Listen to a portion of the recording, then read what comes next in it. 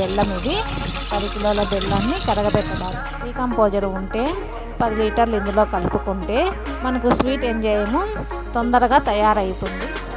మనం 30 కిలోల బనానాస్ తీసుకున్నాము. చిన్న చిన్న ముక్కలుగా చేసుకొని చేసుకున్న ఇవన్నీ ఈ బనానాస్ అన్నీ ఇందులో వేసేసి, ఇంకా తొక్కలు కూడా మనకు చేతనైతే ఇంక కూడా అవుతాయి. ఇది మనం తోటలు వేయడం వల్ల. నమస్తే అండి. ఇప్పుడు మనము సేంద్రియ వ్యవసాయంలో ముఖ్యమైనది బలవర్ధకమైనది స్వీట్ ఎంజైమ్ తయారు చేయడము తెలుసుకుందాము. ఇది వచ్చేసి స్వీట్ ఎంజైమ్ తయారు చేయటానికి మొదటిది ముఖ్యమైనది బెల్లం అండి.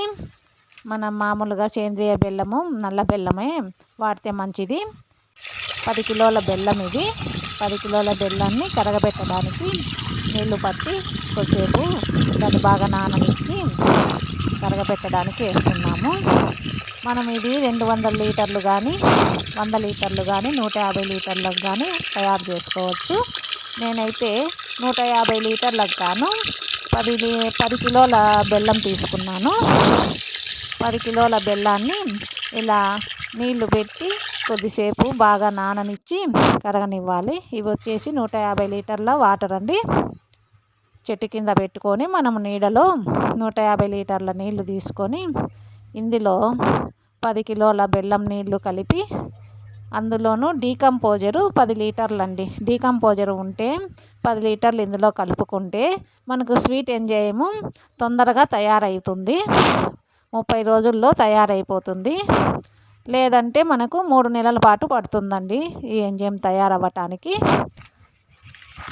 ఈ నీళ్ళు బాగా బెల్లాన్ని కరిగిచ్చేసి ఇవి వచ్చేసి 30 కిలోల బనానాస్ అండి. అరటిపళ్ళు 30 కిలోలు తీసుకున్నాము. అంటే మామూలుగా మనకు 10 లీటర్లకు గాను 3 కిలోల బనానాసు, 10 లీటర్ల నీళ్ళు, 1 కిలో బెల్లము కలుపుకోవాలి. మామూలుగా మనం పర్సెంటేజ్ ఇలా తీసుకోవాలి. ఇప్పుడు 150 కిలోలకు 30 లీటర్ల నీళ్ళకు 150 లీటర్ల నీళ్ళకు మనం 30 కిలోల బనానాస్ తీసుకున్నాము. 30 నుండి 40 కిలోలు అంటే 40 డజన్లు అనుకోండి, అలా తీసుకున్నాము. 10 కిలోలు బెల్లం కలిపాము. బెల్లం నీళ్ళు ముందు అందులోనే వేసేసాము. ఇవి వచ్చేసి 30 కిలోల బనానాస్. ఇవి మన తోటల దగ్గరే దొరుకుతాయి. చుట్టుపక్కల తోటల్లో తెప్పించుకొని వాళ్ళు మాగపెట్టడానికి మందు కానీ ఏదైనా వేసి ఉంటారని ఇలా మనం క్లీన్ చేసుకొని ముందు నీళ్ళల్లో క్లీన్ చేసుకున్న తర్వాత 30 కిలోలు అంటే 1 డజన్ వచ్చేసి మనకు 1 కిలో అనుకుంటామండి అప్రాక్సిమేట్గా. అలా డజన్ వైజ్గా తీసుకోవచ్చు. డజన్ వైజ్గా తీసుకొని 30 కిలోలు అంటే 30 డజన్లు, 40 కిలోలు అంటే 40 డజన్లు ఇలా తీసుకొని మేమైతే చుట్టుపక్కల మన అరటి తోటల్లోనే అరటి తెప్పించి ఇవి పచ్చివి తెప్పించి తోటలోనే మాగే వరకు పెట్టి చేసుకున్నాము. ఇవన్నీ ఒక 30 కిలోల అరటి పండ్లను బాగా పిసికి వాటిని చిన్న చిన్న ముక్కలుగా చేసుకొని అంతా 3 టబ్బుల్లో తయారయ్యాయి చూడండి. ఇలా పిసికేసి వీలైనంత నున్నగా అయ్యేటట్లు పిసుక్కోవాలి. అలా తుంటలు చేసినా మళ్ళీ నున్నగా పిసికేస్తూ మనకు చేతనైనంత వీలైనంత చిన్న చిన్న ముక్కలు అయ్యేలాగా పిసికితే ఇదంతా తయారయ్యేలోపు ఇదంతా మనం అందులో డీకంపోజర్ కూడా వేసాం కాబట్టి ఈజీగా కరిగిపోతుంది. డీకంపోజర్ వేయకపోయినా మనకి నీళ్ళల్లోనే బెల్లం నీళ్ళు ఉంటాయి కాబట్టి ఇది బాగా కరిగి ఎంజైమ్గా తయారవుతుంది.